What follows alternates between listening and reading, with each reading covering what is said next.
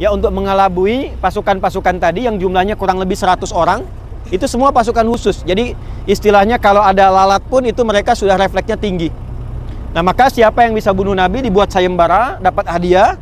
Ada yang mengatakan konon 100 ekor unta, ada yang mengatakan lebih dan sebagainya.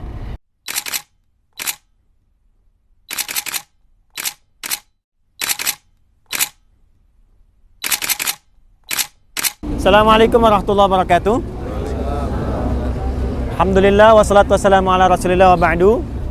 Selamat datang di area bersejarah, area sekitaran Jabal Thur. Jabal artinya bukit atau juga bisa diartikan dengan gunung. Jamaknya disebut jibal.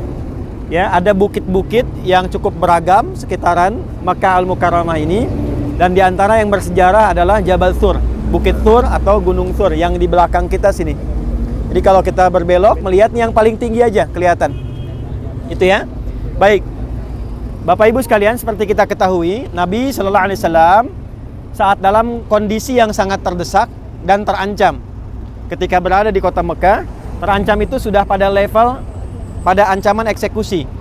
Karena pada satu waktu di sore menjelang malam sudah ada maklumat yang disampaikan oleh para pembesar Quraisy pada masa itu bahwa sudah dikumpulkan 100 orang pasukan khusus, para pemuda khusus dengan pedang terhunus. Perintahnya cuma satu, yaitu eksekusi Nabi Muhammad SAW.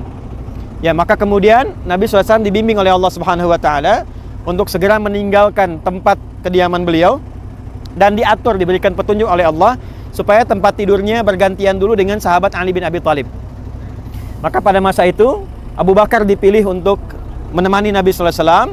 Ali bin Abi Thalib menggantikan tempat tidurnya Nabi. Dan Ali sudah tahu resikonya, bahwa kalau ada di situ berarti ya resiko terakhir adalah kematian, karena ditukar keadaannya. Yang ingin saya katakan adalah semua sahabat itu samina wa ata'na, nggak ada yang protes. Saya belum pernah baca satupun buku referensi mengatakan protesnya Ali misalnya. Ya Rasulullah jangan saya, kenapa Abu Bakar aja yang nggak tuaan dikit misalnya, kan nggak ada. Jadi Abu Bakar temani jalan, Ali tinggal, resiko kematian selesai. Nah, ini bukan jalur untuk ke Madinah. Jalur ke Madinah itu sebaliknya. Ya, jadi yang kita harus ambil misalnya jalur ke sebelah sana, tapi Nabi dibimbing oleh Allah untuk bergeser dulu pada jalur sebaliknya. Ya, untuk mengelabui pasukan-pasukan tadi yang jumlahnya kurang lebih 100 orang. Itu semua pasukan khusus. Jadi istilahnya kalau ada lalat pun itu mereka sudah refleksnya tinggi. Nah, maka siapa yang bisa bunuh Nabi dibuat sayembara, dapat hadiah. Ada yang mengatakan konon 100 ekor unta, ada yang mengatakan lebih dan sebagainya. Maka pada malam itu saat dalam suasana terkepung, Nabi dibimbing oleh Allah Subhanahu Wa Taala dengan beberapa surah dalam Al-Quran. Nah, surah ini menariknya sekarang dipraktekkan dalam dua hal. Satu, dalam bidang militer. Jadi teman-teman yang aktif di tentara dalam tugas dan sebagainya, itu ada surah spesifik di surah 36, surah Yasin, yang beberapa sekarang dibaca oleh para pejuang di Palestina juga. Masih ingat kan kemarin video viral itu kan? Ketika mereka bawa semacam bom itu kan yang dibaca surat Yasin kan? Ya. Nah, yang kedua itu adalah surah perlindungan di surah Al-Isra. Surah Al-Isra spesifik karena ini jarang dibaca, saya sebutkan ayatnya dari ayat 79 sampai dengan ayat ke-80. Itu ayat perlindungan dibaca, ya, dilindungi termasuk dalam pekerjaan, dalam aktivitas dan sebagainya. Maka ketika Nabi SAW itu keluar, ditutup pandangan mereka, dibikin ngantuk oleh Allah Subhanahu Wa Taala.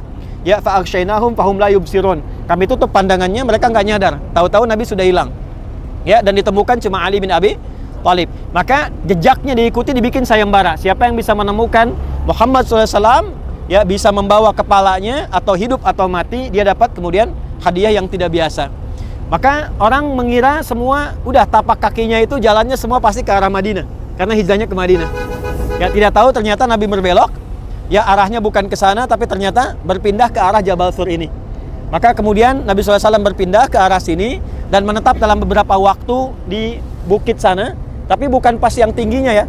Jadi ada sampai puncak itu turun lagi sedikit, di situ baru ditemukan guanya.